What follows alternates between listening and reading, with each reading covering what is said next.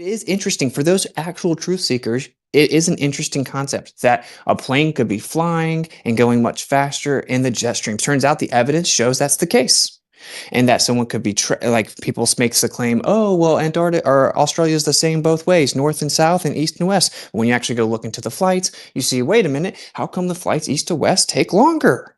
And then he said, well, it'd have to be twice as long. And I said, no, actually, if you consider that there are actual jet streams east to west, right? Well, then if they're going a little faster east to west and the actual flights are taking a little longer as well, when you combine those, then east to west could be significantly longer than it is north to south. So you could be a glober and acknowledge that these things are true, but that rarely happens, right?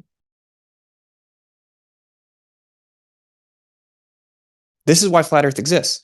Because when we go and we look in a little deeper and we find out these things, it's like the other side doesn't ever seem to have like a meeting in the middle where like, wow, yeah, dang, that's crazy.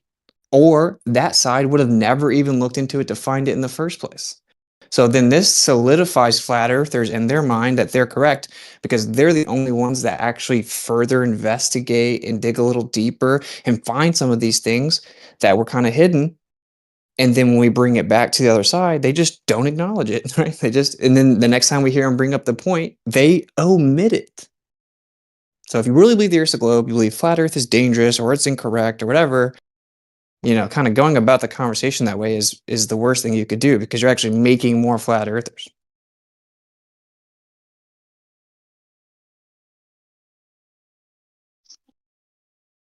Yeah, but everyone gets to hear the points, so that's, I mean, people that are listening get able to hear them as well. So, and then on the kind of world stage, as it were, that's the thing is that like being able to use tactics on whatever side, I think is more and more so coming to an end, because as things become more more widely kind of accessed by more people, everybody knows that those kinds of things are like remedial versus what the actual information is. So yeah, being able to just get the points out, and even if the immediate people are not going to receive it in a certain way, maybe that are in the discussion, others are able to still address it themselves or in their own ways. So I think it's just like, yeah, at the end of the day, it's like the truth wins no matter if there's resistance in different areas. Like, the paradigms can still shift even though there's a ton of resistance, and usually even the resistance kind of fuels the shifting. So ironically, it's like, in a way, I mean, in different ways. I mean, yeah, I hear you on some of these people that have certain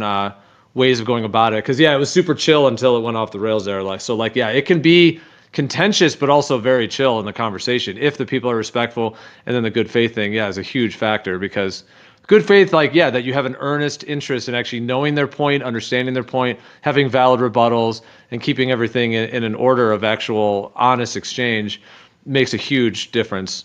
And then in addition, like the cordiality, because either way, whatever the person who's in the discussion, even if there's contention, whatever they may walk away with, but they're really only one person. And if there's hundreds of thousands or however many hundreds or thousands or hundreds of thousands at some point that are listening, then it's like, that's where the efficacy of the communication comes in, is like everybody who's also listening and the larger kind of communities as things, as well, the science communities and so on, where the key is, rather than just the person that is opposing, because there's always going to be the resistance, and it seems like that's kind of part of the fuel of the fire in a sense, in terms of when there's transformation and change, especially with something as big as the actual Earth itself and the cosmology we've been told.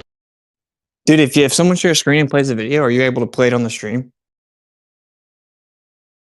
Yeah, I could pull it up. We don't have to do that, but I'm gonna, or at least I'll timestamp here because I haven't watched this in, I don't know, a long time. Since I just went and looked it up, I think it's like dude was complaining about how the video is an hour long. Like it's at the very beginning of the video though, so and it's just like a short period of time. He also complained about how long it took you to go get it. That was just ridiculous. Who was that, by the way, so I can make a note? Which was like a couple minutes. I know. That's why I was like, "Wow, are you?" I thought he was joking. Who? Do y'all know who that was? I don't know. Yeah, I already muted him. This guy Mez, he would have just ruined the entire live stream. So I already just did it. I just pre-muted him. He had that whole whatever that vibe is that he was trying that's to do. Mez for you. Yeah, that's what he It does. sounded like someone who comes here all the time. I was like, I can't believe saying that, because Witsit went and got it immediately, and he was like, "It took you a long time, and it's an hour long." I mean, the thing you were asked to source is given a long, like it took you 5 minutes to get it, and it's an hour long. Like, how am I gonna get that? It's crazy that after all this time, like years later, I mean, Jaren did a video on this quite a while back where he talks about, he even goes into like the make of the plane, the way it's designed to handle like more heat, so they like this better shielded. Like he went deep into how these planes are traveling the way they do in the south, opposed to the way they have to travel in the north. Like it's crazy that this argument still is till this day, as if it's brand new. This is an old argument that's been like Well, talked about enough, I think. yeah, and it all got sparked because we were talking about like the sun in the south, and then the maps, and what is the real map, and then talking about how whatever the sun does there, would just spark additional conversation, and then the conversation of the layout of the continents. Um, do you want me to play? I opened up the screen share account. If you want me to share it, I can. If not, either way. But let me know if you want me to. It's up to you. It's up to you. Because I thought it was real short. Then I was going through here. I timestamped it in the chat, but it is, let's see, 30. Yeah, I mean, it's a decent amount of time. It shows it while I'm guessing Taboo's talking. But yeah, it's very interesting. Like anyone that's really, I mean, clearly there's discrepancies in the actual travel and the Google Maps, and this guy actually videos it, and it's on screen side by side showing the difference. So, I mean, again, this is just to make the point, right? Like, you could obviously see a flat earther's perspective where there's like one side who would claim that this isn't true at all, and then we look into it and we find out the evidence is there, right? So it's like, oh, the Earth can't be flat because Australia's like this or that. We know for a fact it is because we travel, blah blah blah. And then flat earthers investigate further because the globe earth side would never have done that. They're just content accepting that claim at face value and just believing it and defending it. So then the flat earthers look a little further. They find out, wait a minute, that's not true. Then they come back with the evidence, right? And then it's just ignored. And then the next time this conversation comes up in a week, the same Glober will make the same claim as if he was never presented with the additional information. I'm not talking about eggshells, just like in general, right? And so what that does is it makes the flat earthers feel like, oh, well, that's kind of like the behavioral pattern of someone that's defending something that isn't true. The same thing goes for the 24-hour sun in that original video where all the Globers were spamming that video all over the place as a dunk on flat earthers. And then when flat earthers pointed out, wait a minute, this is fake. The exact replica clouds start back over at the end, and then they all gaslit us and said that wasn't true. So again, from the flat earthers perspective, it's like, you would have never even known that. You just accepted the video at face value because it confirmed your bias. Then we found out, we pointed out to you that it was faked. Then you actually gaslit us. And only once the people who made it came out and admitted it have now the Globers, instead of really acknowledging it or ever bringing it up or being like, I can actually see where the flat earthers are coming from because, if they think there might not be a 24-hour sun, then the one video put out was faked. I can see where they're coming from. They just act like it never happened, move on from it, omit it, etc. So, and this has nothing to do with the truth of the matter, right? This is like, you don't have to be like that to defend the globe, right? Like technically you can defend the globe without being like that. So it seems like this weird reoccurring theme. Certainly for people that operate like me, and I'll stop ranting so much, like I'm really big on pattern recognition. If I see like a consistent pattern, I have to try to make sure I don't give into bias. So if people are kind of like that, then they're going to have their bias confirmed. It's like every time a subject comes up in this discussion, it's this reoccurring theme. Like the Globers accepted at face value, whatever the propaganda is.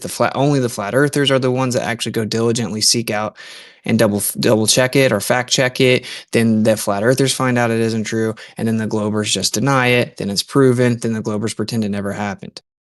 So it's like, again, you can see why flat earthers exist. If you're being honest, it's obvious why flat earthers exist.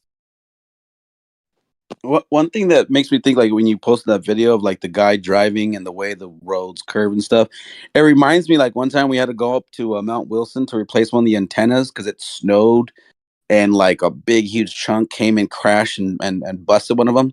So we went up there to go fix it, and technically it's only like 10 to 12 miles away. But the path you have to take to get up there, it's like 30 to 40 miles. Like it's a way huge. You got to go around. And with the snow, it took like 2 hours to get up there. And it's only 12 miles away, like just from one point to another. But the way the roads are, like it takes you way around, and you're going up, like going up the distance of the mountain itself. So that's kind of like what that reminded me. What you posted, how it just doesn't. I don't know. I guess they're just calculating a different way.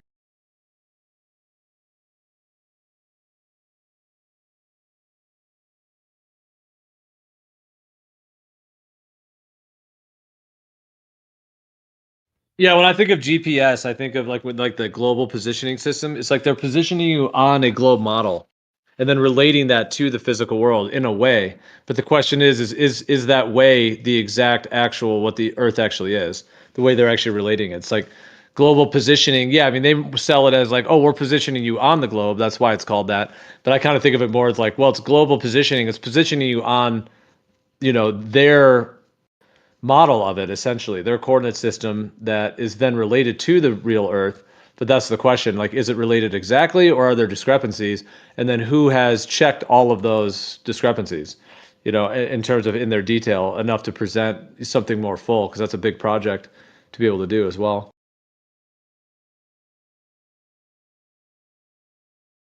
Back in the day, GP was ground positioning. Heck, can you hear me? Yeah. Well, technically, they still say what's the GP, like, even a celestial navigation, it's a ground thing. So I've driven up and down the East Coast. I've always had a compass, either in the car or the van or the truck or whatever. A lot of times I found myself going in the absolute opposite direction of where I was going to get where I was going. Because that's how highways work. If you notice a lot, sometimes you'll get off a jug handle and you'll be going south if you notice what you're doing, and all of a sudden you'll be traveling south to go north. That's just how shit works. It's a fact. Yeah, that's true. Like even over here, like in LA, like if there's a freeway that you have to go west to go north, but that's just because that's the way it's designed. Like you have to travel that. They take you around the city, or whatever. They didn't build the freeways to go just directly north, although some do. But there's others. It just depends where you live and where you have to go to get to it. Like it's just the way the roads are made. I don't think it has to be because it has to be a globe. Like that's just retarded. Right. If you're using the sunset as your positioning of east, west, north, and south, and you do it in the winter and the summer, you're going to head in a different direction because the sun sets in a totally different spot in the winter and summer here where I live. So if you just say it's setting here, so I'm going to head here to go north, that's not going to be right. You're not going to be going direct due north based on the sun setting in the winter and in the summer. That's why you put a compass in your car, always. I'm surprised by compass readings when I have a camp on this acres that I'm at right now, and when I bring my compass out, I'm like, holy shit, the sun sets out this window, and north is this. I would have never, like, without the sun, I would have never guessed which way north was. You know what I'm saying? Like, it's direct cardinal directions they're hard to determine without like a definite true compass and like get a landmark of where you're at on a constant basis, and then okay, that is north, right? No matter where the sun is, that's north because the sun sets in two different spots in summer, in July and in January. You can't go by the sun. You can use the sun to determine the location of north of your patient. Yeah, I didn't say you couldn't. I'm just saying. Never mind. I won't even go into that. But I was talking about what Excel was saying earlier. About he just uses the sun to kind of, guess which way he's going. That's kind of weird. Like it's tough, right? And it does depend on what time of year it is. It's tough. It's good to have a landmark for west because if you know west and you know when you're going north or south with the sun. Right now I'm going drastically south, losing a lot of light, and I hate that. Well, I'll make another point. I'm gonna go on mute, but when I was younger, I could go in the woods and knew my directions very well. But now that I've been using GPS for years on my phone, especially in my business, I use it every day to go to different addresses. There's been many times where I go to an address in a subdivision, make several turns, and don't know which way to head out, right? Or I'm dependent on my GPS more and more and more, and I lose that sense of distance, direction, whatever, because I've used GPS. Now, I'm not saying it's not accurate and all that. I'm just saying it takes away your ability to calculate in your mind, or because we don't do calculations, especially as captains or pilots anymore, you know, you could easily be fooled. Like that is a tool that could easily trick people, and it definitely affects me. You know, Yeah, I you're see right it in my about that. I personal life. think GPS has made it hard No for doubt. people to do dead reckoning. Same way that having Exactly, cell phones exactly. means we forgot everybody's phone numbers. Exactly. Can't. Yeah. I lost my phone Saturday, and when I went to go get a new phone, she said, "Your son is on your phone plan. I need to know his number, so because that's how we verify and blah blah blah." I said, "I don't know his number. I don't even know my son's number, and I paid for his phone for 20 years because it's in my phone, right? I don't need to know it. That's crazy, right?" So it plays with your mind. It easily fools humans. You know, the technology has not made us smarter. It's kind of taken Right. away some of the abilities that we've had. Yeah, your sense of direction is Yeah, so going think away. about the kids who never had that sense of direction like I did when I was younger. Because I spent weeks in the woods. Like we would pack heroes and guns and whatever and go on these week-long, 2-week-long trips and sleep in the woods and all that and find our way to places and find our way back home. And I couldn't do that now if you paid me to. I've lost that ability or not as good at it. And kids that have grown up using their phones the whole time probably couldn't do it at all without their phone.